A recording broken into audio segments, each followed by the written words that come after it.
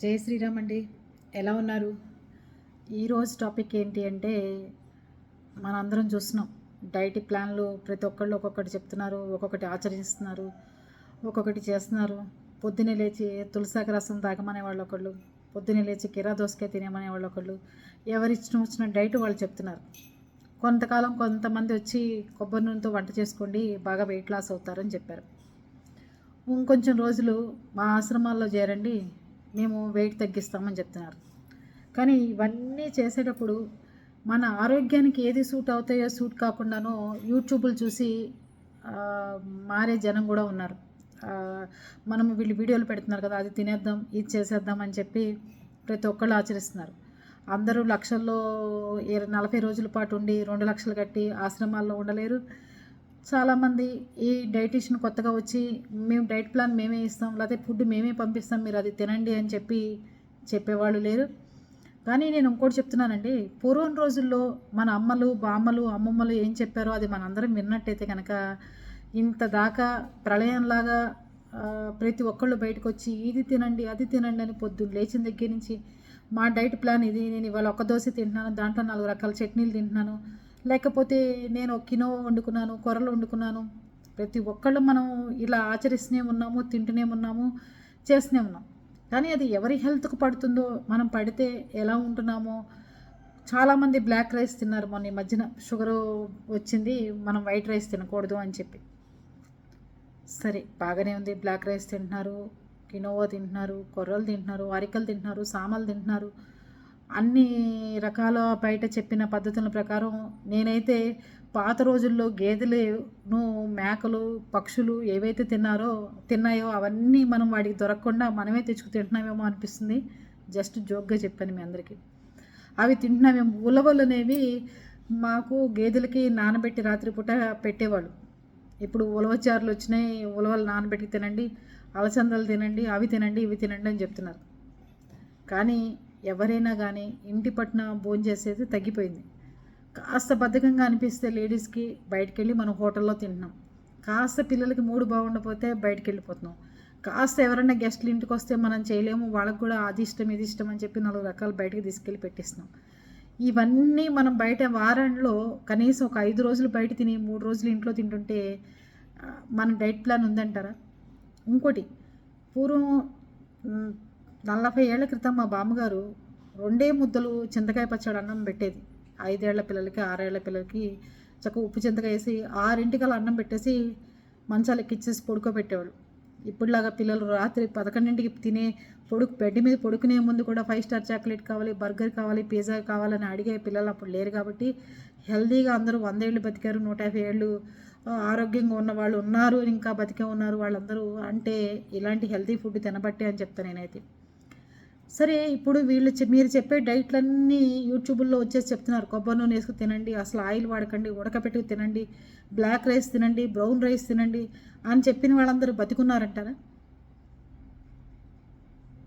నాకు ఈ diet follow అవుతూ ఇవన్నీ తింటూ ఎంతో ఓపికగా ఉన్న వాళ్ళందరూ రీసెంట్గా అందరూ చనిపోయారని నేనైతే చెప్తానండి.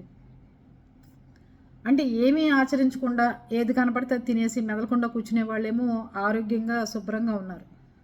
అన్నీ ఇంట్లో తప్ప బయటికి వెళ్ళి తినని వాళ్ళు, ఇంట్లో టీ తప్ప బయటికి వెళ్ళి తాగని వాళ్ళు, ఇంట్లో భార్య పిల్లలు వండి పెడితే కానీ బయటికి వెళ్ళి తినని వాళ్ళందరూ రీసెంట్గానే చనిపోయారు.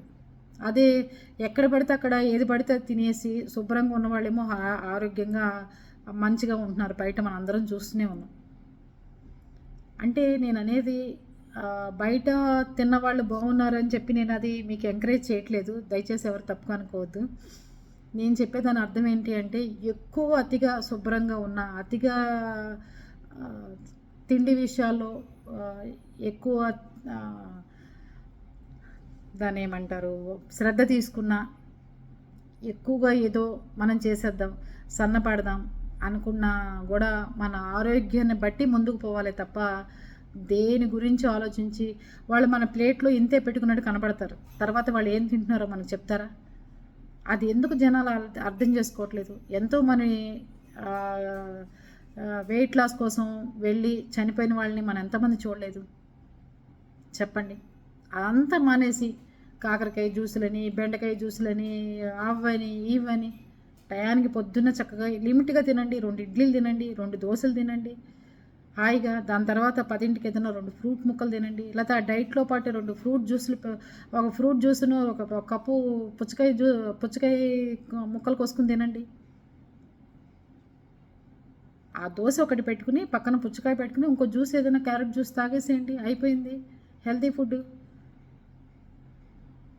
అంతేగాని ఇది తినమాకండి, అది తినమాకండి, ఇలా ఉండండి, అంత సన్నబడతారు, ఇంత సన్నబడతారు అని చెప్పి నానా రకాలుగా ప్రచారాలు చేసేసి మీరు అది తింటే మీకు పడుతుందో పడదో అని ఆలోచించుకోకుండా ఇవాళ ఆ డైట్ పెట్టేస్తారో మనం అది చేసేసుకుందాం.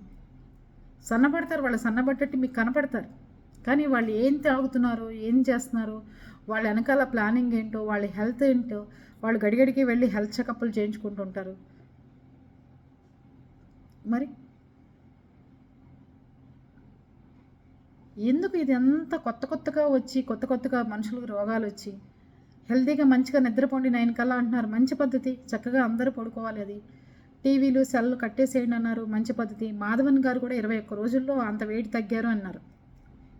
నేను అన్నిసార్లు నమిలి మింగి తింటాను, నీళ్ళనేమో నములుతాను, అన్నానేమో ఇచ్చేస్తాను అని చెప్తున్నారు. కరెక్టే కాదని ఎవరంటలా. హీరోలు తగ్గగలరు, వాళ్ళకిలాగా బాడీలు రాగలరు, వాడికిలాగా.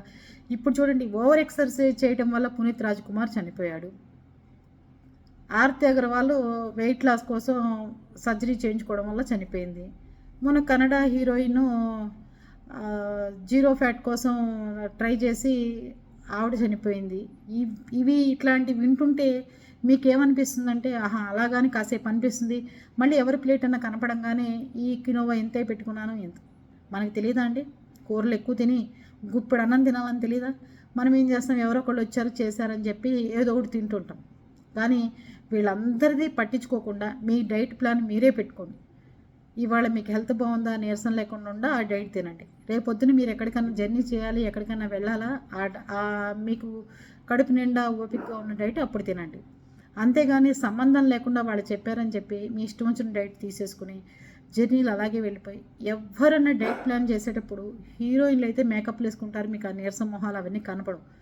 లేదంటే మనుషులు ఏంటో శవాల్లా కనపడుతూ రోడ్డు మీద జీవం లేకుండా ఎంత డబ్బు ఉన్నా ఏం ఉపయోగం? ఆరోగ్యకరమైన తిండి తినండి, ఆరోగ్యంగా ఉండండి. అంతేగాని చెత్త తిళ్ళు జోలికి వెళ్ళి చెత్తగా నూడిల్స్ తినేసి, పానీపూరీలు తినేసి, లేకపోతే బయట హోటల్లో తినేసి అవన్నీ కాకుండా డైట్ తగ్గాలనుకున్న వాళ్ళు మంచి ఆరోగ్యమైన ఫుడ్ తినండి తప్ప ఇలా 21 రోజుల్లో తగ్గిపోదాం, లేకపోతే హీరోకు లాగా మనకు కూడా జిమ్ బాడీ కావాలి, ప్రభాస్ గారు లాగా మనం కూడా అంత హైట్ అయిపోవాలని చెప్పి పెరగడానికి ఆపరేషన్ చేయించుకున్న వాళ్ళు ఉన్నారు.